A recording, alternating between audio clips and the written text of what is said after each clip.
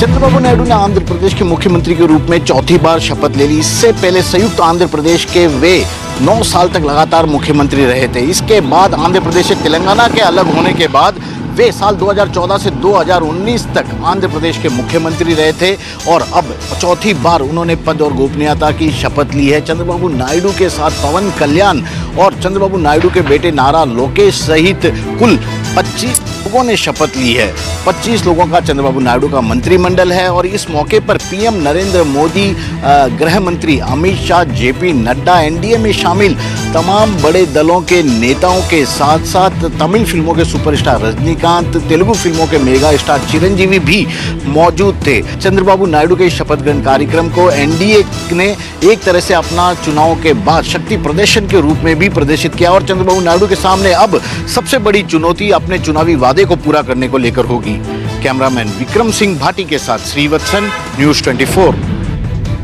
24 साल बाद मिलेगा उड़ीसा को एक नया मुख्यमंत्री। भारतीय जनता पार्टी ने जीत हासिल करने के बाद मोहन चरण मांझी को नया मुख्यमंत्री बनाने जा रही है और आज वो शपथ लेंगे। प्रधानमंत्री मोदी भी शपथ ग्रहण समारोह में शामिल होंगे। आज ओडिशा में नई बीजेपी सरकार का शपथ ग्रहण समारोह होगा और राज्य को 24 साल बाद मोहन चरण मांझी के तौर पर एक नया मुख्यमंत्री मिलेगा।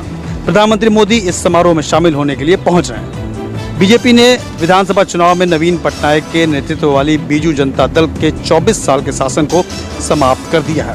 अब 4 बार के विधायक और प्रमुख आदिवासी नेता मोहन चरण मांझी पदभार ग्रहण करेंगे। प्रधानमंत्री मोदी की मौजूदगी में शपथ ग्रहण समारोह आज शाम 5 बजे शुरू होगा।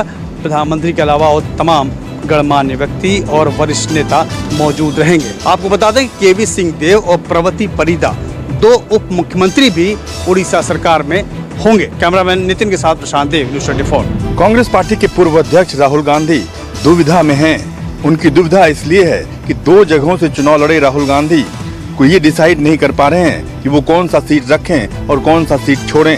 केरल की वायनाड से लगातार दूसरी बार सांसद चुने गए कांग्रेस नेता राहुल गांधी बुधवार को जनता से सीधे मुखातिब हुए। उन्होंने पहले लोगों को धन्यवाद दिया और फिर लगे हाथ यह भी पूछ लिया कि वो कहां से सांसद रहें। राहुल का कहना था कि मैं दुविधा में हूं, क्या चुनूं, रायबरेली या वायनाड। इस बीच भीड़ ने जवाब दिया वायनाड। उसके बाद राहुल ने कहा कि मैं आपसे कहना चाहता हूं कि मेरे फैसले से वायनाड और रायबरेली दोनों खुश होंगे। मैं वायदा करता हूं कि सभी तरह के समर्थन के लिए धन्यवाद करता हूं और मैं जल्द ही आपसे फिर मिलने के लिए आऊंगा। दरअसल कांग्रेस नेता राहुल गांधी वायनाड और रायबरेली 2 सीटों से चुनाव लड़े थे। इससे पहले भी वो वायनाड और अमेठी से चुनाव लड़े थे, लेकिन अमेठी से उन्हें हार का मुंह देखना पड़ा था। इस बार 2 जगहों से जीतने के बाद राहुल गांधी दुविधा में हैं कि वो कौन सा सीट रखें और कौन सा सीट छोड़ें। कैमरा पर्सन रफीक के साथ रमन कुमार, दिल्ली, न्यूज़ 24। मोदी कैबिनेट 3.0 के शपथ ग्रहण के बाद और विभागों के बंटवारे के बाद अब मौका है संसद के पहले सत्र का। 18वीं लोकसभा का पहला सत्र 24 जून से शुरू होकर 3 जुलाई तक चलेगा। जाहिर तौर पे चुनाव के बाद ये पहला मौका होगा जब सत्ता पक्ष और विपक्ष आमने सामने होगा। प्रधानमंत्री मोदी 27 जून को राष्ट्रपति के अभिभाषण के बाद इसी सत्र में अपने मंत्रिपरिषद का परिचय करवाएंगे। राष्ट्रपति के अभिभाषण पर धन्यवाद प्रस्ताव पर चर्चा के दौरान उन्हें आक्रामक विपक्ष का सामना भी करना पड़ेगा, क्योंकि कई मुद्दों पर विपक्ष भी जो इस पर मजबूत होकर लौटी है वो राष्ट्रपति के अभिभाषण पर चर्चा के दौरान अपनी बात कहेगी। लोकसभा चुनाव 2024 के बाद यह पहला संसद सत्र होगा। बीजेपी इस बार बहुमत के साथ संसद में नहीं लौटी है, लेकिन एनडीए को पूर्ण बहुमत है। वहीं दूसरी तरफ विपक्ष भी 230 से ज्यादा सीटें जीतकर इस बार आई है। लिहाजा ये संसद का जो पहला सत्र होगा उसके आक्रामक रहने की उम्मीद है। कैमरामैन प्रहलाद के साथ कुमार गौरव, न्यूज़ 24, दिल्ली। महाराष्ट्र में विधान परिषद की 4 सीटों पर हो रहे चुनाव को लेकर महाविकास आघाड़ी में घमासान मचा हुआ है। नासिक और कोंकण की सीटों पर कांग्रेस और उद्धव ठाकरे की शिवसेना दोनों ने अपने उम्मीदवार उतार दिए हैं। इस बीच आज नामांकन वापस लेने की आखिरी तारीख है। आज ये तय हो जाएगा कि दोनों पार्टियों में बात बनेगी या सांगली लोकसभा चुनाव जैसे हालात बनेंगे। दरअसल कांग्रेस का आरोप है कि उसने उद्धव ठाकरे से कई बार बात करने की कोशिश की, लेकिन उद्धव ठाकरे की तरफ से कोई रिप्लाई नहीं दिया गया। लेकिन अब खबर आ रही है कि उद्धव ठाकरे ने बाद में कांग्रेस के नेताओं से बात की है। कांग्रेस का यहाँ तक कहना है कि उद्धव ठाकरे ने इन 4 सीटों पर उम्मीदवार उतारने से पहले एक बार भी महाविकास अघाड़ी के नेताओं से बात नहीं की, क्योंकि लोकसभा चुनाव में कांग्रेस का परफॉर्मेंस भी अच्छा रहा है। इसलिए कांग्रेस चाहती है कि मुंबई की 2 सीटों को छोड़कर बाकी 2 सीटों पर कांग्रेस विधान परिषद में अपने उम्मीदवार उतारे। कैमरामैन दिलीप आवरे के साथ इंद्रजीत सिंह, न्यूज़ 24 मुंबई। लोकसभा चुनाव में महायुति के खराब प्रदर्शन को लेकर महाराष्ट्र के मुख्यमंत्री एकनाथ शिंदे ने टिप्पणी की है। सीएम शिंदे ने कहा कि 400 पार के नारे के चलते महायुति को काफी नुकसान पहुंचा है। मुख्यमंत्री एकनाथ शिंदे किसानों से जुड़े एक कार्यक्रम में संबोधन कर रहे थे। इस दौरान एकनाथ शिंदे ने अब की बार 400 पार के नारे से नुकसान की बात स्वीकारी। उन्होंने कहा कि इस नारे को लेकर विपक्ष ने ऐसा माहौल तैयार कर दिया कि अगर मोदी सरकार 400 पार चली गई तो वो संविधान बदल देगी, आरक्षण खत्म हो जाएगा। लोगों ने इसे दिमाग में रखा और सब गड़बड़ हो गई। जब से लोकसभा चुनाव के नतीजे आए तभी से महायुति में लगातार चिंतन और मंथन का दौर जारी है। इससे पहले बीजेपी और अजित पवार गुट ने भी इस बात को माना कि लोकसभा प्रचार के दौरान महाविकास अघाड़ी की संविधान बदलने वाली बात काफी भारी पड़ गई। कैमरा पर्सन सुनील भारती के साथ अंकुश जायसवाल, न्यूज़ 24 मुंबई। उत्तर प्रदेश की योगी सरकार ने अपने राज्य के लाखों कर्मचारियों को बड़ा तोहफा दिया है। राज्य कर्मचारियों को अब रिटायर होने के बाद भी वेतन वृद्धि का पूरा लाभ मिलेगा। दरअसल लोकसभा चुनाव में पुरानी पेंशन और कर्मचारी हितों की अनदेखी एक बड़ा मुद्दा था और इसको लेकर राज्य कर्मचारी और शिक्षकों की नाराजगी भी लोकसभा चुनाव में साफ नजर आई। लेकिन लोकसभा चुनाव खत्म होते ही मुख्यमंत्री योगी आदित्यनाथ ने अपनी पहली ही कैबिनेट बैठक में राज्य कर्मचारियों को बड़ा तोहफा दिया। इस फैसले के तहत राज्य कर्मचारियों को अब रिटायर होने के बाद अगले दिन होने वाली वेतन वृद्धि का पूरा लाभ मिलेगा।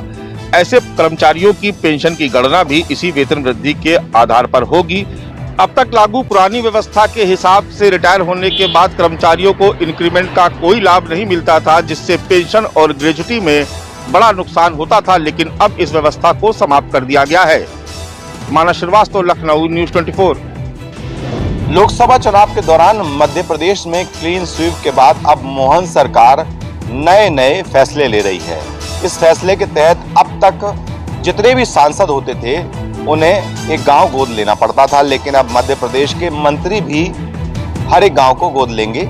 एक गांव वो तय करेंगे कि किस गांव को गोद लेना है और इसके लिए जो मंत्री हैं वो अपने अपने विधानसभा क्षेत्र में एक गांव को गोद लेंगे। डॉक्टर मोहन यादव ने कहा है कि इससे गांव की तस्वीर बदलेगी, गांव में विकास के कार्य हो सकेंगे और ज़्यादा से ज़्यादा वहां पर बेहतर काम किए जा सकेंगे। ये अब तय किया गया है।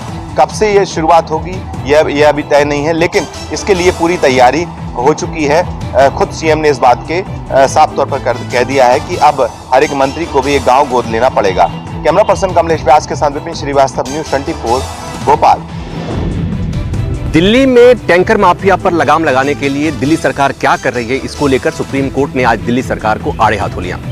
दिल्ली में जल की किल्लत को लेकर दिल्ली सरकार की याचिका पर सुनवाई के दौरान सुप्रीम कोर्ट ने दिल्ली सरकार से पूछा कि आप दिल्ली में टैंकर माफियाओं को रोकने के लिए क्या कदम उठा रहे हैं। साथ ही कोर्ट ने यह भी पूछा कि दिल्ली में पानी की बर्बादी को रोकने के लिए अब तक सरकार ने क्या किया है। इस संबंध में दिल्ली सरकार हलफनामा दायर करे। कल इस मामले में एक बार फिर सुनवाई होगी। सुनवाई के दौरान कोर्ट ने हिमाचल सरकार पर भी कुछ सवाल उठाए। दरअसल इसके पहले सुप्रीम कोर्ट ने हिमाचल सरकार से कहा था कि दिल्ली को अतिरिक्त पानी मुहैया कराया जाए और तब हिमाचल सरकार मान गई थी। लेकिन हिमाचल सरकार की तरफ से जो हलफनामा सुप्रीम कोर्ट में दायर हुआ है उसमें ये बात कही गई है कि अतिरिक्त पानी पहले से दिल्ली सरकार को दिया जा रहा है। इस पर सुप्रीम कोर्ट ने कहा कि पहले सरकार की तरफ से ये कहा गया कि अतिरिक्त पानी देने में उन्हें कोई दिक्कत नहीं है, वो अतिरिक्त पानी उनके पास है, और अब हलफनामे में ये कह दिया गया कि पहले से ही अतिरिक्त पानी दिया जा रहा है। तो इस तरह से सुप्रीम कोर्ट ने हिमाचल सरकार के उस हलफनामे पर नाराजगी जताई और साथ ही उस संबंधित अधिकारी को कल की सुनवाई में पेश होने का आदेश दिया है जिस अधिकारी की तरफ से हलफनामा दायर हुआ था। कैमरामैन हरविंदर के साथ प्रभाकर मिश्रा, न्यूज़ 24 दिल्ली। मराठा आंदोलनकारी मनोज जरांगे पाटिल के अनशन का आज 5वां दिन है। राज्य सरकार की ओर से मराठा आरक्षण पर लाए गए अध्यादेश को लागू करने की मांग को लेकर मनोज जरांगे पाटिल 8 तारीख से अनशन पर बैठे हुए हैं। अनशन के चौथे दिन उन्हें मनाने के लिए शिंदे गुट के नेता और संभाजी नगर से सांसद संदीपान भुमरे जालना के अंतरावली सराटी पहुंचे थे। अनशन के चौथे दिन मनोज जरांगे पाटिल की तबीयत खराब हुई है। उन्होंने इलाज कराने और दवा लेने से मना कर दिया है।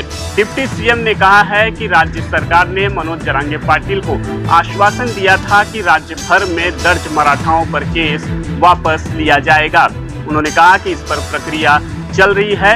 इसके अलावा देवेंद्र फडणवीस ने कहा है कि छगन भुजबल सहित अन्य ओबीसी नेताओं से जल्द चर्चा कर जिन मराठाओं का कुंडी होने का प्रमाण मिला है उन्हें कुंडी प्रमाण पत्र बांटने की प्रक्रिया जो है वो शुरू की जाएगी। कैमरामैन अंचल सिंह के साथ राहुल पांडे, न्यूज़ 24 मुंबई। जम्मू रीजन में बीते 72 घंटों में 3 आतंकी हमले हुए हैं। पहला हमला जम्मू कश्मीर के रियासी जिले में हुआ था, दूसरा हमला जम्मू कश्मीर के कठुआ जिले में हुआ और तीसरा हमला डोडा जिले में हुआ है। सुरक्षा बलों को कठुआ जिले में बड़ी कामयाबी मिली है। सुरक्षा बलों ने 2 आतंकियों को ढेर किया है। हालांकि इस ऑपरेशन में सीआरपीएफ का एक जवान शहीद हुआ है, एक सीमांत ग्रामीण भी जख्मी हुआ है। दूसरा ऑपरेशन चल रहा है डोडा जिले के शतरगला इलाके में। यहां पर 5 जवान जख्मी हुए हैं और लगातार आतंकियों की तलाश में सर्च ऑपरेशन चलाया जा रहा है। लगातार ये देखा जा रहा है कि पाकिस्तान ये कोशिश कर रहा है कि बर्फ पिघलने के साथ ही ज्यादा संख्या में आतंकियों को जम्मू कश्मीर में घुसपैठ करवाई जा सके, ताकि ये आतंकी आने वाली अमरनाथ यात्रा में श्रद्धालुओं को निशाना बना सकें। हमारे जवानों की अब यही कोशिश है कि जितने भी पाकिस्तान द्वारा पाले गए आतंकी इन इलाकों में छिपे हुए हैं, चुन चुनकर तमाम आतंकियों को जहन्नुम पहुंचाया जाए। कैमरामैन राजेश शर्मा के साथ पंकज शर्मा, न्यूज़ 24 शिमला। दिल्ली में एक बार फिर से ईमेल की दहशत, इस बार म्यूजियम बने निशाना। दरअसल इस बार भी जो मेल आया वो सेम उसी मोडस ऑपरेंडी पे है जैसे पहले कई जगहों पर मेल रिसीव हुए हैं, जिसमें कहा जाता है कि आपके ऑफिस में, आपके जो दफ्तर है वहाँ पर बम रखा हुआ है जिसमें कभी भी धमाका हो सकता है। इसके तुरंत बाद पुलिस ने जो है तमाम इलाकों की, तमाम जगहों की चेकिंग की, सर्च ऑपरेशन किया, जिसके बाद इन तमाम कॉल्स को हॉक्स कॉल करार दिया गया। और ये जो पूरा ट्रेंड है ये कम से कम 2 महीने से चल रहा है। पहले एक स्कूलों को टारगेट किया गया, वहाँ पर इस तरह से मेल भेजी गई, फिर एयरपोर्ट्स, दिल्ली की तिहाड़ जेल, हॉस्पिटल, यानी कि तमाम ऐसे महत्वपूर्ण ठिकाने जो हैं वो इन ईमेल के निशाने पर रहे हैं। लेकिन अब तक पुलिस के लिए पहेली बना हुआ है कि आखिर ये मेल्स कौन भेज रहा है। हालांकि एक मामले में एक 13 साल के बच्चे को पकड़ा गया था, उसने शरारत की थी, लेकिन बाकी कई मामले हैं जिनके लगातार पुलिस जाँच कर रही है, लेकिन पुलिस के हाथ अभी भी खाली हैं। सनाबेनाथ के साथ विमल कौशिक, न्यूज़ 24 दिल्ली। यूजीसी ने एक बड़ा फैसला लिया है। देश भर के किसी भी कॉलेज और यूनिवर्सिटी में अब दाखिला साल में 2 बार किया जा सकता है। विदेशी विश्वविद्यालयों की तर्ज पर ही भारतीय विश्वविद्यालयों में भी इसकी शुरुआत की जा रही है और साल 2024 और 25 के एकेडमिक सत्र से ही ये 2 चक्र के एडमिशन होंगे। यानी कि अभी तक जुलाई और अगस्त में ही एडमिशन होते थे, लेकिन अब जनवरी और फरवरी में भी एडमिशन होंगे। यूजीसी प्रमुख जगदीश कुमार ने कहा कि भारतीय विश्वविद्यालयों और उच्च शिक्षा संस्थानों को अब विदेशी विश्वविद्यालयों की तर्ज पर साल में 2 बार प्रवेश लेने की अनुमति दी जाएगी। तो इससे कई छात्रों को फायदा होगा, जैसे कि बोर्ड के नतीजों की घोषणा में देरी के कारण जुलाई अगस्त सत्र में विश्वविद्यालय में प्रवेश लेने से चूकने वाले छात्रों और स्वास्थ्य संबंधित समस्याओं या व्यक्तिगत कारणों से प्रवेश से चूकने वाले छात्रों को एक बड़ी मदद मिलेगी। कैमरामैन संजय राहुल के साथ दिव्या अग्रवाल, दिल्ली, न्यूज़ 24। बिहार के शिक्षा विभाग में एक बड़ा घोटाला सामने आया है। यह घोटाला 1-2 करोड़ का नहीं बल्कि 900 से ज्यादा करोड़ का है। यह घोटाला स्कूल में बेंच डेस्क की आपूर्ति और गुणवत्ता से जुड़ा हुआ मामला है। सरकारी स्कूलों में कोई भी बच्चा जमीन पर ना बैठे, इसके लिए शिक्षा विभाग ने सभी स्कूलों में जरूरत के अनुसार बेंच और डेस्क की आपूर्ति के लिए पूरा 900 करोड़ की मंजूरी दी। वेंडर ने स्कूलों में बेंच और डेस्क की आपूर्ति भी की, लेकिन उसकी गुणवत्ता काफी खराब थी, यानी विभाग के मानक के अनुसार बिल्कुल भी नहीं थी। साथ ही स्कूल के मिली भगत से बेंच और डेस्क की संख्या में भी कटौती की गई। यह कोई पहला मामला नहीं है जब शिक्षा विभाग की कोई अनियमितता सामने आई है। इसके पहले भी चाहे मिड डे मील की बात करें या फिर चावल की आपूर्ति की बात करें, कोई ना कोई गड़बड़ियां हर समय जरूर सामने आती रही है। कैमरामैन ऋषि के साथ सौरभ कुमार, पटना, न्यूज़ 24। दलित युवक की अपहरण और पिटाई के मामले में गिरफ्तार विधायिका के बेटे के मामले ने पकड़ा अब राजनीतिक रंग, गुजरात का गोंडल बना राजनीति का अखाड़ा। दलित युवक संजय सोलंकी के अपहरण और पिटाई के मामले में गुजरात के गोंडल से विधायक गीताबेन जाडेजा के बेटे गणेश की गिरफ्तारी के बाद अब इस मामले में राजनीति शुरू हो गई है। कुछ लोग गणेश जाडेजा के समर्थन में आए और इसी क्रम में आज गोंडल शहर में बंद रखा गया।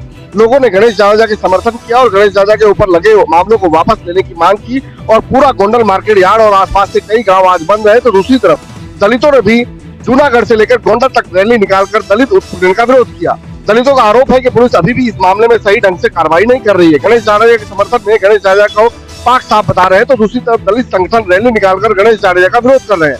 कुल मिलाकर गुजरात का गोंडल अब राजनीति का अखाड़ा बन गया है और वहीं दलित उत्पीड़न का ये मामला राजनीतिक रंग लेता जा रहा है। कैमरामैन साथ भूपेंद्र सिंह, अहमदाबाद, न्यूज़ 24। पश्चिम बंगाल में गर्मी का टेम्परेचर बढ़ चुका है, जिसकी वजह से लोग काफी परेशान हैं। पश्चिम बंगाल का इस समय जिस तरह टेम्परेचर जिला की बात करें, बांकुड़ा, पुरुलिया, मेदिनीपुर, झारग्राम में करीबन 43 से 44 डिग्री टेम्परेचर पहुंच चुका है। वहीं कोलकाता में 41 डिग्री पहुंच चुका है।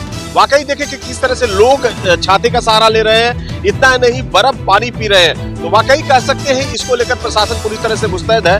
वहीं स्कूल को 10 जून को खोला गया था, लेकिन इतनी गर्मी पड़ने के बावजूद भी 2 दिन के बाद स्कूल की छुट्टी दे दिया गया है। यानी वापिस फिर 15 जून तक स्कूल बंद है और 17 जून से स्कूल की फिर खुलेंगे। तो कह सकते हैं कि बंगाल में इतनी गर्मी बढ़ रही है और लोग छाता जिस तरह से टोपी का सहारा ले रहे हैं और दूसरा ये ठंडा पानी यानी बर्फ पानी, नींबू पानी पी रहे हैं, जिसके वजह से लोगों को राहत मिल पाए।